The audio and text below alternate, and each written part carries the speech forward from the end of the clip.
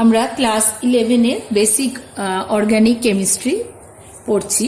তো আমাদের আজকের টপিক হচ্ছে রিঅ্যাকশন ইন্টারমিডিয়েট বা সক্রিয় অন্তর্বর্তী পদার্থসমূহ।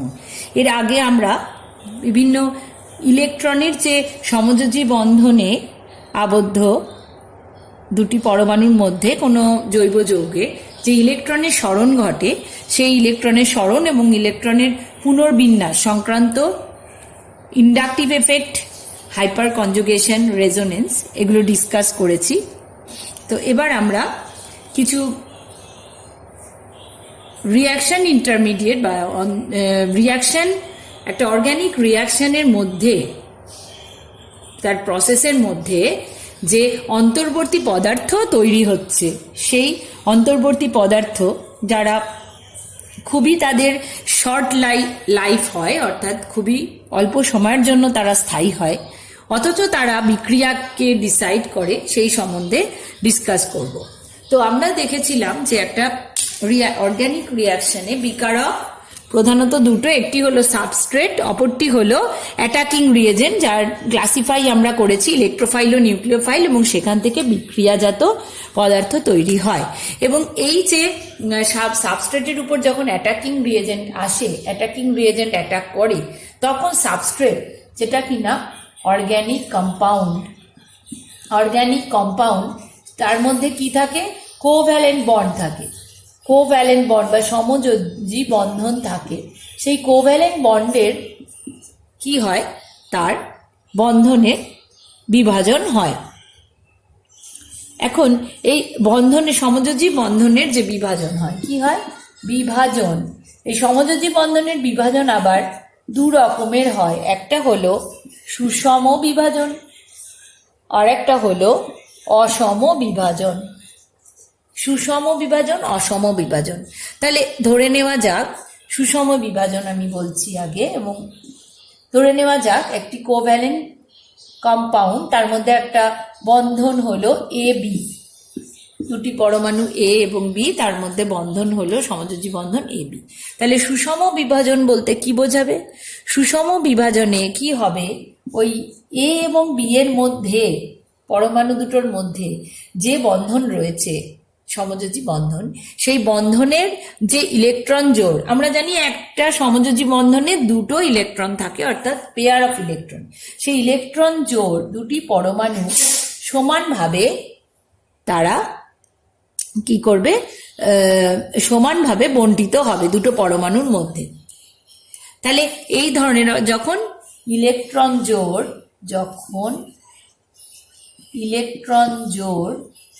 কি হয়? ইলেকট্রন জোড় কিরম ভাবে বণ্টিত হচ্ছে? সমভাবে বণ্টিত হচ্ছে, তাকে আমরা বলছি, সেই ধরনের বিভাজনকে সুষম বিভাজন বলছি, বা ইংলিশে একে আমরা বলবো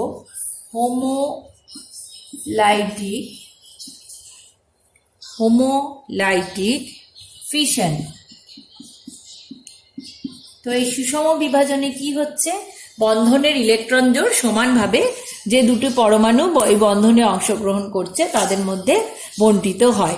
দেখো, এটা বিশেষ এক ধরনের তীরচিহ্ন দিয়ে এটা বোঝানো হয়েছে, একে বলা হয় ফিশ হুক নোটেশন।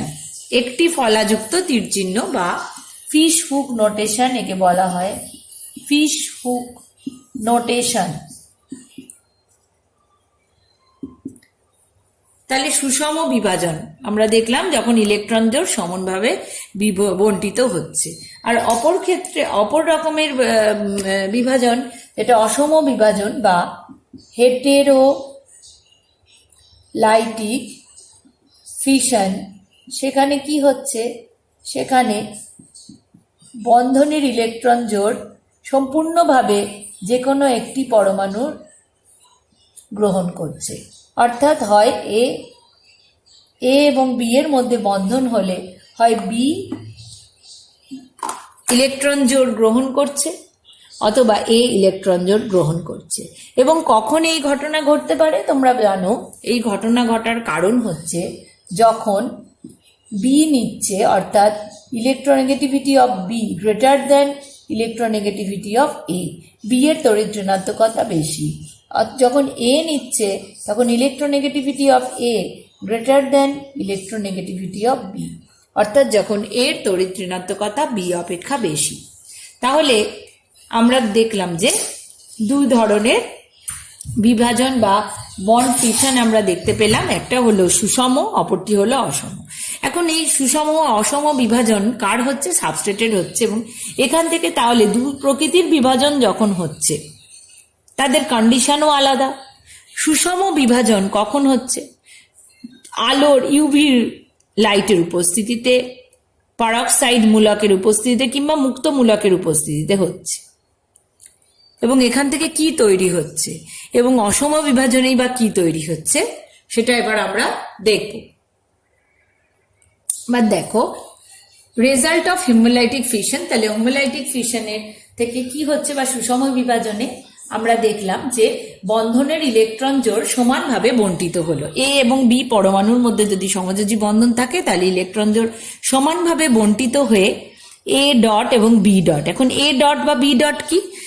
একটা বন্ধনে দুটো ইলেকট্রন থাকে, তাহলে যদি সমানভাবে বন্টিত হয় প্রত্যেকটা পরমাণু কটা করে ইলেকট্রন পাবে? একটা করে ইলেকট্রন।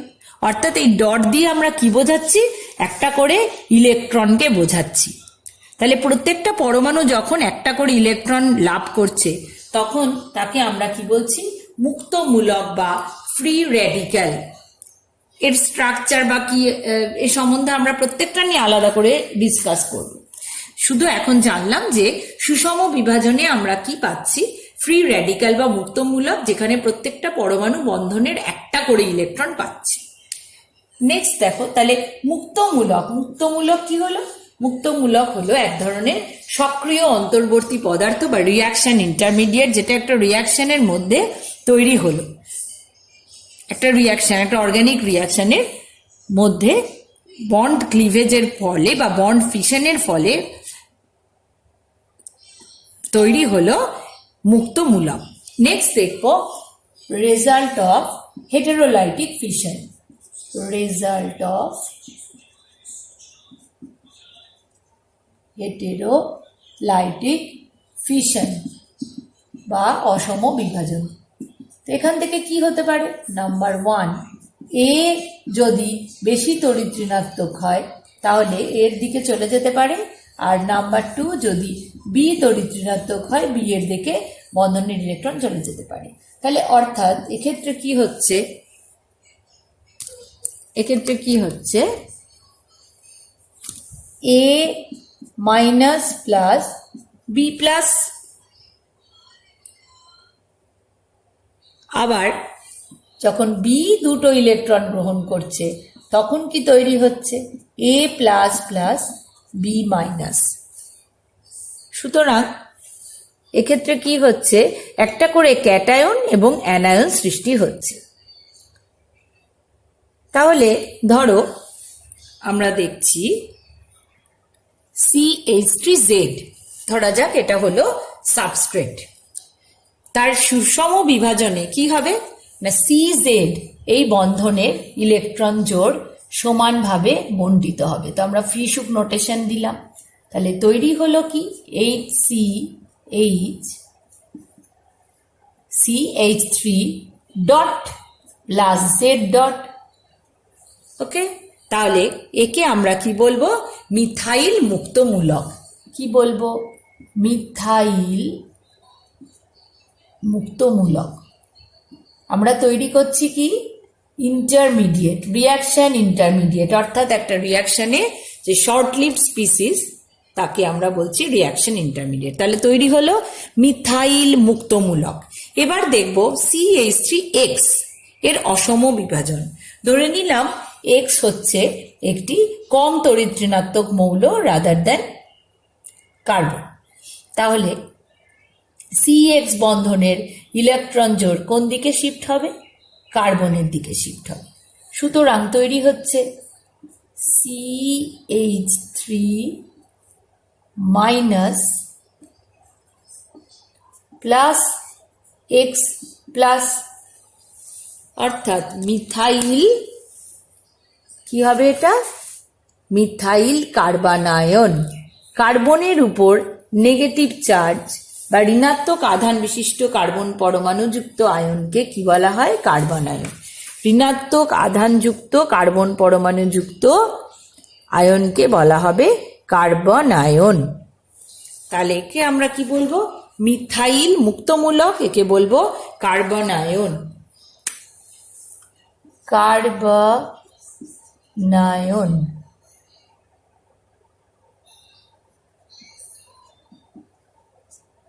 Carb anion, carbanion. তাহলে মিথাইল কার্বনায়ন, যেখানে কি হচ্ছে? ঋণাত্মক আধানযুক্ত কার্বন পরমাণু রয়েছে। এবার দেখো CY এই বন্ধনেও অসম বিভাজন হচ্ছে। এক্ষেত্রে আমরা কি দেখব? এক্ষেত্রে CY বন্ধনের ইলেকট্রন জোড় Y এর দিকে শিফট করে গেল, অর্থাৎ Y অধিকতর তড়িৎ ঋণাত্মক। তাহলে তৈরি হলো কি? CH3 plus Y minus. একে আমরা কি বলবো? এই স্পিসিসের নাম হলো মিথাইল কার্বোক্যাটায়ন। কার্বোক্যাটায়ন কি?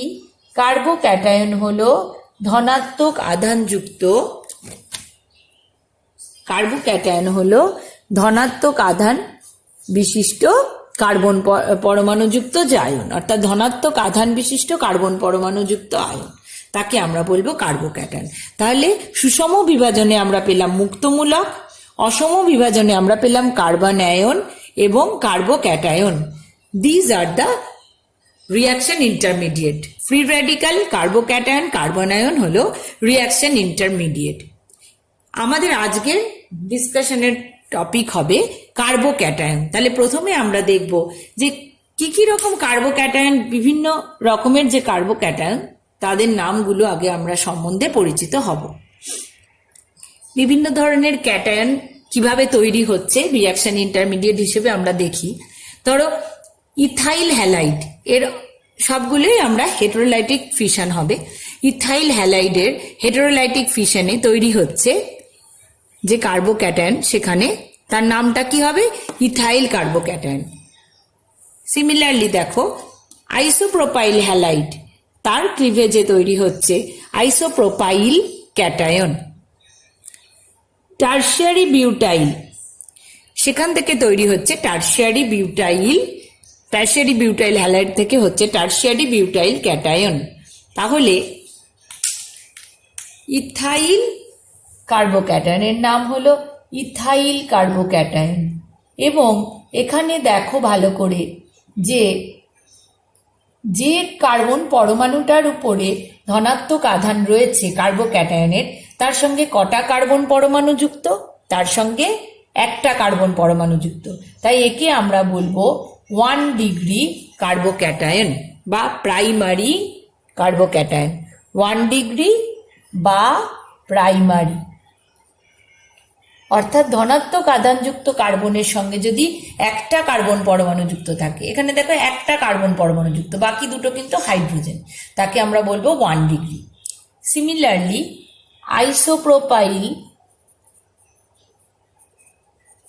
আইসোপ্রোপাইল কার্বোক্যাটায়নে দেখো কার্বন পরমাণুর সঙ্গে দুটো কার্বন পরমাণু যুক্ত, ধনাত্মক আধানযুক্ত কার্বন পরমাণুর সঙ্গে দুটো কার্বন পরমাণু যুক্ত, তাই একে আমরা বলবো 2 ডিগ্রি বা সেকেন্ডারি।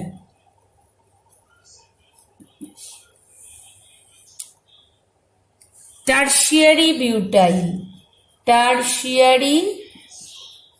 বিউটাইল কার্বোক্যাটায়ন, অর্থাৎ এটা টারশিয়ারি বিউটাইল গ্রুপ, তাই এটাকে আমরা বলবো টারশিয়ারি বিউটাইল কার্বোক্যাটায়ন। এখানে কি হচ্ছে? কার্বন পরমাণুর সঙ্গে 3টি ধনাত্মক আধান বিশিষ্ট কার্বন পরমাণুর সঙ্গে 3টি মিথাইল গ্রুপ, অর্থাৎ 3টে কার্বন পরমাণু যুক্ত, তাই একে আমরা বলবো 3 ডিগ্রি বা টারশিয়ারি কার্বোক্যাটায়ন। তাহলে 1 degree, 2 degree, isopropyl 2 degree, tertiary butyl 3 degree.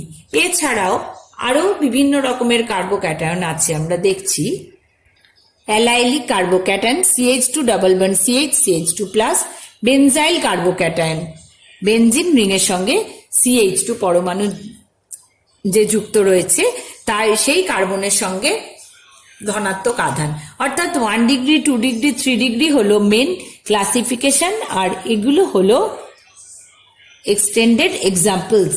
এবার আমরা ডিসকাস করব একটা কার্বোক্যাটায়নের স্ট্রাকচার কি সেটা আমরা দেখব।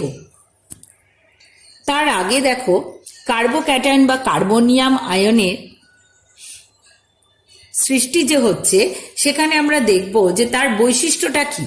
অর্থাৎ ধরো RH, এখানে হেটেরোলাইটিক ফিশন হলো এবং R plus plus X minus. তো জেনারেলি এই R প্লাস দিয়ে আমরা কার্বোক্যাটায়নকে বোঝাই। R প্লাস হলো কার্বোক্যাটায়নকে সিম্বলাইজ করে। তো এই R প্লাস যে কার্বোক্যাটায়নটা তৈরি হলো, যেহেতু বন্ধনের দুটো ইলেকট্রনই যুক্ত পরমাণুটা যেটা ছিল তার সঙ্গে সেই পরমাণুটা গ্রহণ করছে, তাহলে এই কার্বন পরমাণুর তখন কি হয়ে যাবে? তখন কার্বন পরমাণুর যোজ্যতা কক্ষে, এক্ষেত্রে কার্বোক্যাটায়নের কার্বন পরমাণুর যোজ্যতা কক্ষে কটা ইলেকট্রন থাকবে?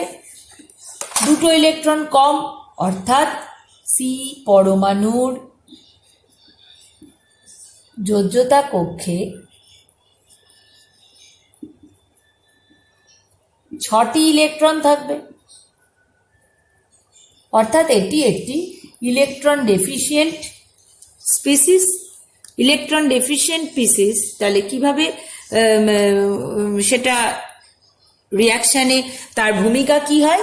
তার ভূমিকা হচ্ছে, সেটা হলো অ্যাটাকিং রিয়েজেন্ট হিসেবে ইলেকট্রোফাইল রূপে কাজ করে। তার মানে এর মধ্যে ইলেকট্রন রয়েছে 6টা এবং এটা ইলেকট্রোফাইল রূপে রিয়াকশানে অংশগ্রহণ করে। এবার এর স্ট্রাকচার আমরা দেখব। এর স্ট্রাকচার কিরকম হয়? এর স্ট্রাকচারে কার্বন পরমাণুটা sp2 সংকরায়িত অবস্থায় থাকে। কোন পরমাণু? না, ধনাত্মক আধান বিশিষ্ট যে কার্বন পরমাণু সেটি sp2 সংকরায়িত হয়ে থাকে। তাহলে sp2 সংকরায়ন মানে কিরকম হবে? সমতলীয়, অর্থাৎ প্ল্যানার স্পিসিসটা হলো প্ল্যানার। সুতরাং এর গঠনাকৃতি কিরকম হয় দেখো। R প্লাস দিয়ে আমরা চিহ্নিত করছি কার্বোক্যাটায়নকে এবং আমরা দেখে জানলাম যে এর ধনাত্মক আধান বিশিষ্ট যে কার্বন পরমাণু, সেই কার্বন পরমাণুতে sp2 সংকরায়ন হয়। সুতরাং কার্বন পরমাণুটা sp2 সংকরায়িত অবস্থায় থাকছে আর বা H, R বা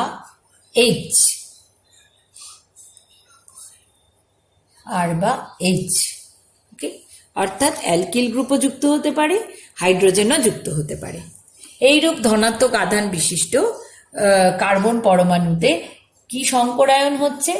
sp2 সংকরায়ন, অর্থাৎ সমতলীয়।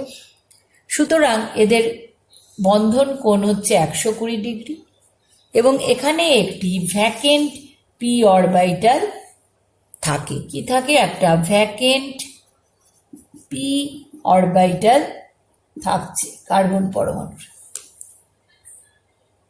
তাহলে এটা ইলেকট্রন ডেফিশিয়েন্ট স্পিসিস। সুতরাং আমরা কার্বোক্যাটায়নের গঠন বা গঠনাকৃতি বুঝতে পারলাম যে যেখানে কার্বন পরমাণু কিরমভাবে থাকে না sp2 সংকরায়িত হয়ে থাকে এবং তার একটা ভ্যাকেন্ট p অরবিটাল থাকে। sp2 সংকরায়িত হওয়ার জন্য এটি একটি প্ল্যানার স্পিসিস। এবার আমরা কার্বোক্যাটায়নগুলোর স্টেবিলিটি নিয়ে ডিসকাস করব বা স্থায়িত্ব নিয়ে ডিসকাস করব। কার্বোক্যাটায়নে বা কার্বনিয়াম আয়নের স্থায়িত্ব প্রধানত কি কি বিষয়ের উপর নির্ভর করে বা কি কি এফেক্ট যেগুলো আমরা পড়েছি, যে ইলেকট্রন সরণের ক্ষেত্রে সমযোজী বন্ধনে যে এফেক্টগুলো পড়েছি তার দ্বারা কিভাবে এদের স্থায়িত্ব বিচার করা যায় কার্বোক্যাটায়নের। তো নাম্বার 1 পয়েন্ট হচ্ছে আমরা দেখব যে প্রাধান্য পাবে রেজোনেন্স এফেক্ট, অর্থাৎ এর স্থায়িত্ব নির্ধারিত করার জন্য প্রথম যে বিষয়কে প্রায়োরিটি দিতে হবে তা হলো রেজোনেন্স এফেক্ট। নাম্বার 2 আমরা কাকে দেব? Hyper conjugation. এই প্রসঙ্গে আমরা পড়েছি হাইপার কনজুগেশন, এবং এখানে আমরা আরো ভালোভাবে ডিসকাস করব যে কার্বোক্যাটায়নের কি করে হাইপার কনজুগেশন হচ্ছে।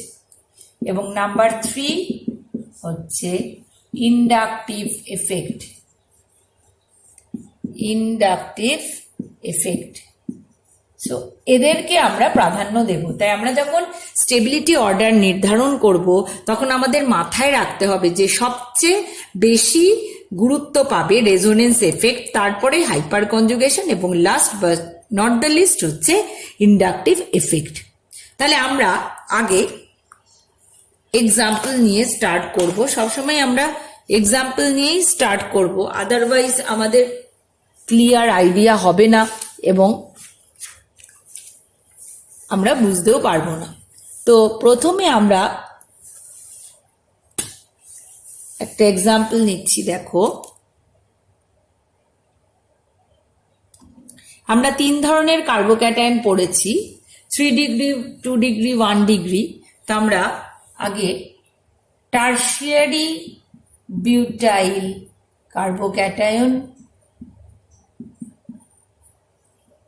সাজাবো। আগে আমরা লিখে নেব, তারপরে আমরা সাজাবো। Isopropyl carbocation, ethyl carbocation, methyl carbocation. তা আমরা এদের স্টেবিলিটি অর্ডার ডিসাইড করতে গেলে কি বলেছে? প্রথমে রেজোনেন্স এফেক্ট দেখতে হবে। তো দেখতে পাচ্ছি যে এদের কোনো স্পিসিসেই রেজোনেন্স কিন্তু হচ্ছে না। তাহলে সেকেন্ড আমাদের দেখতে হবে হাইপার কনজুগেশন এফেক্ট। এই প্রসঙ্গে আগে আমাদের দেখে নিতে হবে যে হাইপার কনজুগেশন এফেক্ট কি করে কার্বোক্যাটায়নের ক্ষেত্রে আমরা হাইপার কনজুগেশন এফেক্টটা পাচ্ছি। কার্বোক্যাটায়নের হাইপার কনজুগেশন বুঝতে গেলে আমি প্রথমে দেখো ইথাইল কার্বোক্যাটায়নের এক্সাম্পল আমি নিয়েছি। Ethyl carbocation CH3 CH2+। তাহলে এখানে কি হচ্ছে? কার্বন পরমাণুটা তার একটা ভ্যাকেন্ট পি অরবিটাল রয়েছে, এবং এই কার্বন পরমাণুটার সঙ্গে তার যে CH সিগমা বন্ড এবং এই কার্বন পরমাণুর ভ্যাকেন্ট পি অরবিটাল কি হচ্ছে? এরা পরস্পরের সঙ্গে হাইপার কনজুগেশন করছে, অর্থাৎ কনজুগেশনে থাকছে। সুতরাং এই CH সিগমা বন্ড, অর্থাৎ প্রত্যেকটা CH সিগমা বন্ডে আমরা জানি যে কার্বন কার্বন ফ্রি রোটেশন হয়, এবং তার জন্য আমরা পড়েছি হাইপার কনজুগেশনে যে প্রত্যেকটা CH যে সিগমা বন্ড তারা একই প্লেনে আসতে পারে এই কার্বন পরমাণুর সঙ্গে, যার কি আছে একটা ভ্যাকেন্ট পি অরবিটাল। তাহলে এদের মধ্যে কি হচ্ছে? কনজুগেশন হচ্ছে। তাই কি হয় যে এই সিগমা CH বন্ধনের যে ইলেকট্রন এবং ভ্যাকেন্ট পি অরবিটাল সমন্বিত যে কার্বন পরমাণু তাদের মধ্যে একটা ইলেকট্রনের সরণ ঘটে। তাহলে পরে আমরা কি পাচ্ছি সেখান থেকে দেখো, এই হাইপার কনজুগেশনের ফলে এই ঘটনাকে আমরা বলছি হাইপার কনজুগেশন, এবং এর ফলে আমরা কি পাচ্ছি? স্টেবিলিটি পাচ্ছি। অর্থাৎ ইথাইল কার্বোক্যাটায়ন এইভাবে হাইপার কনজুগেশনের দ্বারা স্টেবিলিটি পায়। হাইপার কনজুগেশন কেন হলো? না ওর CH সিগমা বন্ধনের ইলেকট্রন এবং কার্বন পরমাণুর পার্শ্ববর্তী কার্বন পরমাণুর ভ্যাকেন্ট পি অরবিটালের মধ্যে সিগমা পি কনজুগেশন ঘটায়। আমরা কি পাচ্ছি? স্টেবিলিটি পাচ্ছি। কার্বোক্যাটায়নের স্টেবিলিটি পাচ্ছি থ্রু হাইপার কনজুগেশন। তাহলে এই CH সিগমা বন্ধনের ইলেকট্রন তখন সরণ ঘটছে এখানে। তাহলে নেক্সট আমরা যে স্ট্রাকচারটা পাচ্ছি, যে গঠন সংকেতটায় পাচ্ছি, তা হলো সিমিলারলি এই কার্বন পরমাণুর সঙ্গে কতগুলো, অর্থাৎ কার্বোক্যাটায়নে ধনাত্মক আধান বিশিষ্ট কার্বন পরমাণুর সঙ্গে যে কার্বন পরমাণু যুক্ত তাকে আমরা বলছি আলফা কার্বন, আর এর সঙ্গে যুক্ত যে হাইড্রোজেনগুলো তাকে আমরা বলছি আলফা হাইড্রোজেন। আবার বলছি, কার্বোক্যাটায়নে ধনাত্মক আধানযুক্ত কার্বন পরমাণুর সঙ্গে যুক্ত যে কার্বন সেটা হলো আলফা কার্বন, তার সঙ্গে যুক্ত যে হাইড্রোজেন সেগুলো হলো আলফা হাইড্রোজেন। তাহলে আমরা আগে হাইপার কনজুগেশনে পড়েছি যে যতগুলো আলফা হাইড্রোজেন পাবো ঠিক ততগুলো স্ট্রাকচার আমরা পাবো। তো এখানে 3টে আলফা হাইড্রোজেন, তাহলে 3টে স্ট্রাকচার পাবো। তাহলে সেকেন্ড স্ট্রাকচারটা হবে এই হাইড্রোজেন অ্যাটমটাকে রেখে অপর একটিকে আমরা H+,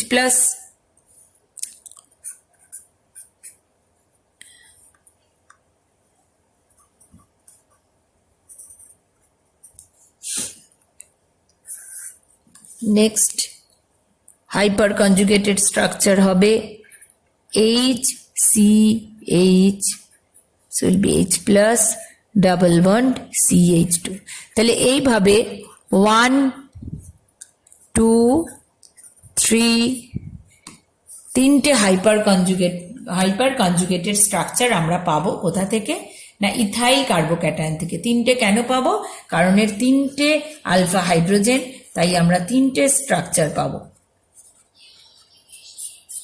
ওকে, তাহলে সিমিলারলি যতগুলো আলফা হাইড্রোজেন আমরা পাবো তাহলে ততগুলো স্ট্রাকচার পাবো। সুতরাং আমরা এখন স্টেবিলিটি অর্ডারটা ডিসাইড করতে পারবো। ভালো করে দেখো, মিথাইল কার্বোক্যাটায়নে একটি কার্বন পরমাণু ধনাত্মক আধান বিশিষ্ট, কাজেই তার সঙ্গে যুক্ত কোনো পরমাণু নেই, কার্বন পরমাণু। তাহলে no alpha carbon and no alpha hydrogen, অর্থাৎ আলফা হাইড্রোজেনের সংখ্যা হচ্ছে 0। আলফা হাইড্রোজেনের সংখ্যা হচ্ছে 0। সুতরাং এখানে কোনো হাইপার কনজুগেশন শো করবে না। Next, ethyl carbocation, this one is positively charge carbon, তাহলে এটা হলো আলফা কার্বন, তাহলে 3টে আলফা হাইড্রোজেন, সুতরাং 3টে hyper conjugation structure. Next, isopropyl carbocation, এখানে ধনাত্মক আধান বিশিষ্ট কার্বন হলো এই কার্বনটা, এর সঙ্গে যুক্ত 2টো আলফা কার্বন, তাহলে 2টো আলফা কার্বনের প্রত্যেকটা 3টে করে মোট 6টা আলফা হাইড্রোজেন, তাহলে 6 হাইপার কনজুগেট স্ট্রাকচার। +1, অর্থাৎ প্রথম স্ট্রাকচারটাকে একটা ধরলে +1 করে হবে। আমি করছি ইনিশিয়ালটাকে রেখে পরে কতগুলো স্ট্রাকচার আমরা আঁকতে পারছি সেই সংখ্যাটাই বসাচ্ছি। Tertiary butyl carbocation, this one is positively charge carbon, তাহলে আলফা কার্বন হলো 3টে, তাহলে 9টা আলফা হাইড্রোজেন, তাহলে 9 হাইপার কনজুগেটেড স্ট্রাকচার। তাহলে আমরা এর আগে পড়লাম কিভাবে স্টেবিলিটি ডিসাইডেড হবে। হাইপার কনজুগেশন কি দেবে? ধনাত্মক আধানকে প্রশমিত করছে, অর্থাৎ ওকে স্টেবিলিটি দিচ্ছে। তাহলে স্টেবিলিটি অর্ডার প্রাইমারিলি রেজোনেন্স, এখানে যেহেতু রেজোনেন্স নেই তাহলে হাইপার কনজুগেশন দেখতে হবে। তাহলে hyperconjugation wise tertiary butyl carbocation is maximum stability. Next goes to 6টা হাইপার কনজুগেটেড স্ট্রাকচার, তাহলে isopropyl carbocation, next ethyl carbocation, last methyl carbocation. এছাড়াও ইন্ডাকটিভ এফেক্ট দিয়েও একে ব্যাখ্যা করতে পারি। দেখো, টারশিয়ারি বিউটাইল কার্বোক্যাটায়নে ধনাত্মক আধান বিশিষ্ট কার্বন পরমাণুর সঙ্গে যুক্ত 3টি অ্যালকিল গ্রুপ। অ্যালকিল গ্রুপ আমরা কি জানি? ইলেকট্রন রিলিজিং গ্রুপ, যার +I এফেক্ট রয়েছে। তাহলে strong +I effect, strongest +I effect. কারণ কি? এখানে 3টে অ্যালকিল গ্রুপ আছে। কারণ কি? 3টে অ্যালকিল গ্রুপ আছে, তাহলে +I এফেক্ট এখানে ম্যাক্সিমাম হবে। নেক্সট দেখো, 2টো অ্যালকিল গ্রুপ, সেই এর থেকে কম হবে +I এফেক্ট। নেক্সট দেখো একটি অ্যালকিল গ্রুপ মিথাইল, তাহলে এর থেকে কম হবে এবং এই ক্ষেত্রে সবচেয়ে কম হবে। সুতরাং অর্ডারটা হলো 3 degree carbocation, greater than 2 degree, greater than 1 degree, greater than methyl. So এই হলো আমাদের স্টেবিলিটির বা স্থায়িত্বের ক্রম, 3 ডিগ্রি, 2 ডিগ্রি এবং 1 ডিগ্রি মিথাইল, 1 ডিগ্রি ও মিথাইল কার্বোক্যাটায়ন। প্রবলেম নাম্বার 2 দেখো, অ্যালাইলিক কার্বোক্যাটায়ন এবং রয়েছে CH3, CH2, CH2 প্লাস অর্থাৎ প্রোপাইল কার্বোক্যাটায়ন। তাহলে আমাদের এদের স্টেবিলিটি অর্ডার দেখতে হবে। তো আমরা প্রথমে আমরা কি দেখব, যে কোথাও রেজোনেন্স হয় নাকি, আদৌ কি কোথাও রেজোনেন্স হয়, অর্থাৎ CH2 plus CH double bond CH2, এখানে আমরা দেখছি দেখো একটা পাই সিগমা পজিটিভ চার্জ, অর্থাৎ একটা কনজুগেশন পাচ্ছি।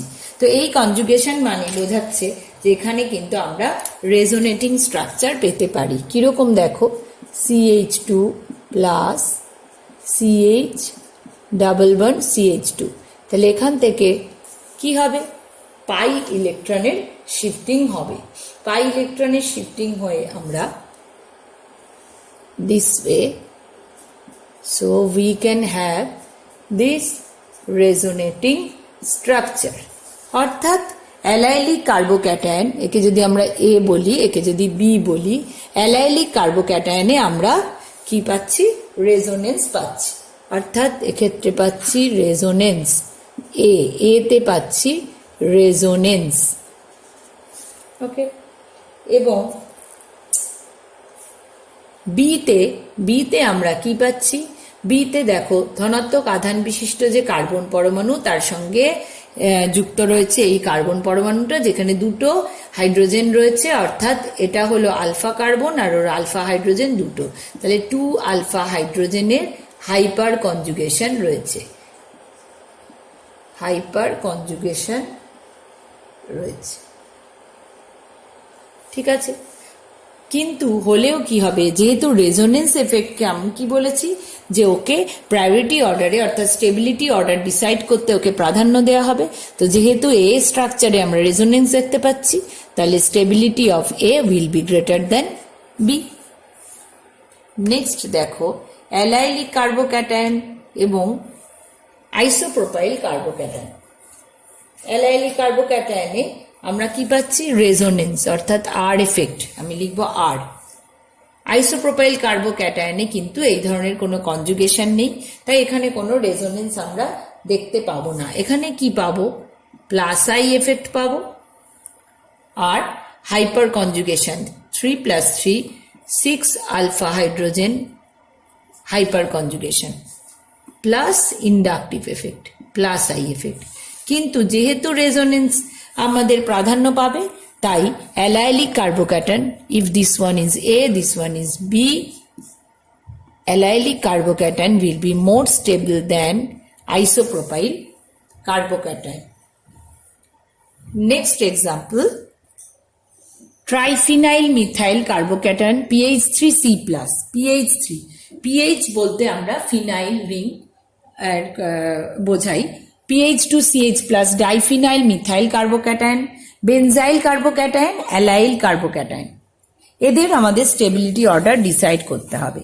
তাহলে আমরা দেখছি প্রত্যেক ক্ষেত্রেই বেনজিন বলয় রয়েছে এবং অ্যালাইল কার্বোক্যাটায়নের রেজোনেন্স হয় আমরা আগেই দেখেছি, এবং যেহেতু এদের প্রত্যেক ক্ষেত্রেই বেনজিন রিং রয়েছে, তার মানে প্রত্যেক ক্ষেত্রেই রেজোনেন্স হবে, এটা আমরা বুঝতেই পারছি। তাহলে সবার আগে আমরা ইজি অর্থাৎ বেনজাইল কার্বোক্যাটায়নের রেজোনেন্স কিরকম ভাবে হয় ও রেজোনেটিং স্ট্রাকচারগুলো কিভাবে আমরা আঁকতে পারি সেটা দেখে নেব।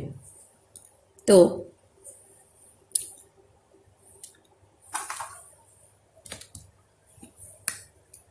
PHCH2+, এটা হলো benzyl carbocation.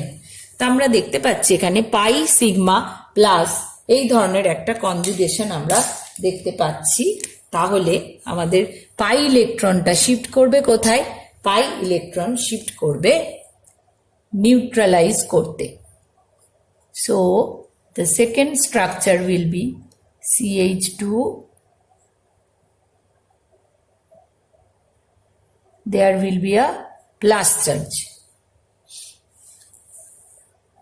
Next, this will move to this.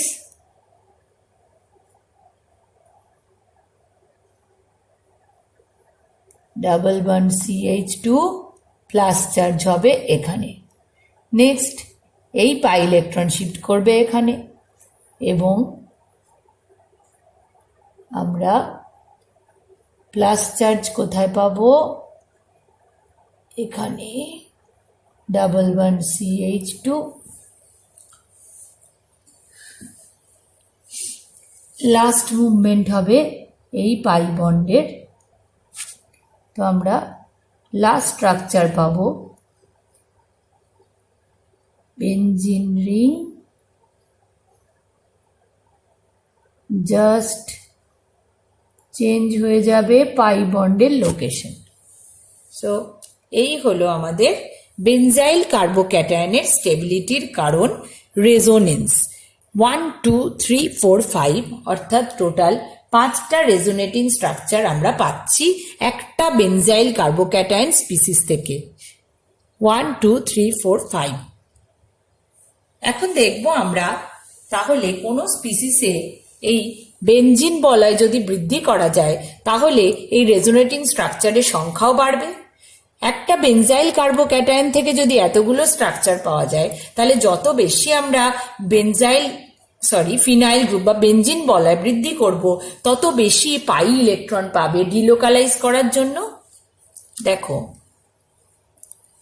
ট্রাইফিনাইল methyl carbocation, তাহলে এক্ষেত্রে দেখো কি হবে, এই বেনজিন বলয়টা একবার অংশগ্রহণ করবে রেজোনেন্সে। এখান থেকে আমরা কটা স্ট্রাকচার পাবো? 5টা স্ট্রাকচার পাবো রেজোনেন্স রিং স্ট্রাকচার বা ক্যানোনিক্যাল স্ট্রাকচার।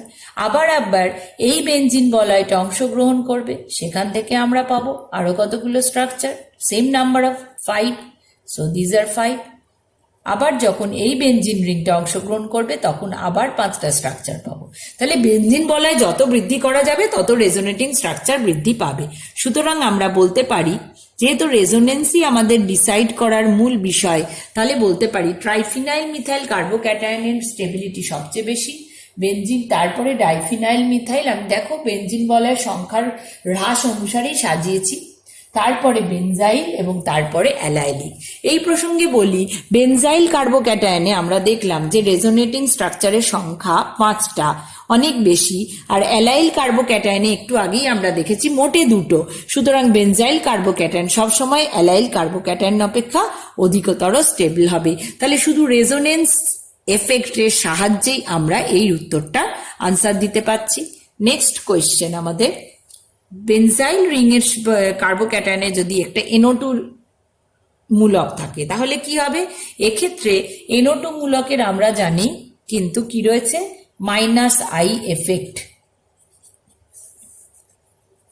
তো NA2 মূলকের -I এফেক্ট রয়েছে এবং -R এফেক্টও রয়েছে, অর্থাৎ এরা বেনজিন বলয়ের ইলেকট্রন জোড়কে নিজের দিকে সরিয়ে নিতে পারে, পাই ইলেকট্রনের সরণটা তার নিজের দিকে ঘটাতে পারে। এখন যেহেতু এখানে কার্বোক্যাটায়ন, তাই যদি -R এফেক্ট বা -I এফেক্ট থাকে তাহলে সেটা কি করে, ডিস্টেবিলাইজ করে, অর্থাৎ কি করে, স্থায়িত্ব কমায়। কি করে? স্থায়িত্ব কমায়, কারণ ধনাত্মক আধান রয়েছে কার্বোক্যাটায়ন, তা সেখানে যদি আরো এমন গ্রুপ যুক্ত করি যা ওর আধানকে আরো কমিয়ে দেবে, মানে ধনাত্মক আধান থেকে আরো ইলেকট্রন নিয়ে নেবে, তাহলে নিশ্চয়ই সেটা স্টেবিলিটি পাবে না, তাহলে ওর স্থায়িত্ব কম হবে। এখন আমরা জানি কার্বোক্যাটায়ন, বেনজাইল কার্বোক্যাটায়নের রেজোনেন্সে আমরা দেখলাম ধনাত্মক আধান তৈরি হয়েছে অর্থ আর প্যারা পজিশনে। সুতরাং মেটা পজিশনে যদি নাইট্রো গ্রুপ যুক্ত থাকে, এটা মেটা পজিশন, তাহলে তার রেজোনেন্সে কোনো ভূমিকা থাকবে না, রেজোনেন্সে কোনো ভূমিকা থাকবে না। তাহলে -R এফেক্ট এখানে ক্রিয়াশীল হবে না, শুধু -I এফেক্ট ক্রিয়াশীল হবে। সুতরাং প্যারা পজিশনে নাইট্রো থাকলে যে পরিমাণ স্থায়িত্ব হ্রাস হবে, মেটা পজিশনে থাকলে সেই পরিমাণ স্থায়িত্ব হ্রাস হবে না, ওখানে শুধু -I এফেক্ট ক্রিয়াশীল হবে। তাহলে এই স্পিসিসটা অর্থাৎ paranitrobenzyl carbocation will be less stable than metanitrobenzyl carbocation. তাহলে মেটা পজিশনে যেহেতু রেজোনেন্স এফেক্ট থাকছে না, তাই স্থায়িত্ব কমানোর যে বিষয়টা সেটা এক্ষেত্রে অনেক কম রাদার দ্যান কি দিস ওয়ান।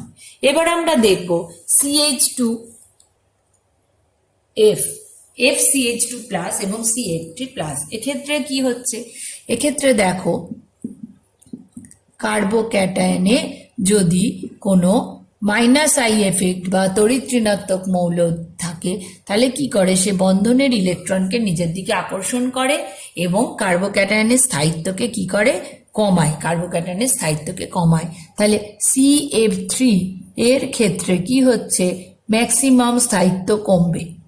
সুতরাং স্টেবিলিটি অর্ডার অনুযায়ী CH2 FCH2 plus greater than CF3 plus হবে, কারণ ফ্লোরিন পরমাণুর সংখ্যা যত বৃদ্ধি পাবে তার মাইনাস আই এফেক্টের পরিমাণও তত বৃদ্ধি পাবে। তাহলে এই হলো আমাদের কার্বোক্যাটায়ন এবং তার স্থায়িত্ব সম্পর্কে সংক্ষিপ্ত আলোচনা।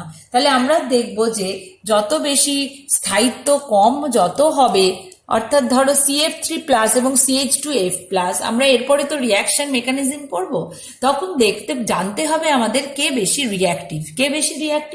যার স্টেবিলিটি যত কম সে বেশি রিয়াক্টিভ। তাহলে CF3 প্লাস কিন্তু তার রাসায়নিক সক্রিয়তা অনেক বেশি দেখাবে রাদার দ্যান কি FCH2 প্লাস। ঠিক আছে, তাহলে সক্রিয়তা এবং স্থায়িত্ব কিন্তু একেবারেই বিপরীত ঘটনা, যেগুলো কিন্তু আমরা আগামী ক্লাসগুলোয় যখন মেকানিজম পড়বো তখন বারবার এই তুলনা এসে যাবে। তাই এই বেসিক বিষয়গুলো কিন্তু তোমাদের বুঝে রাখতে হবে। Thank you.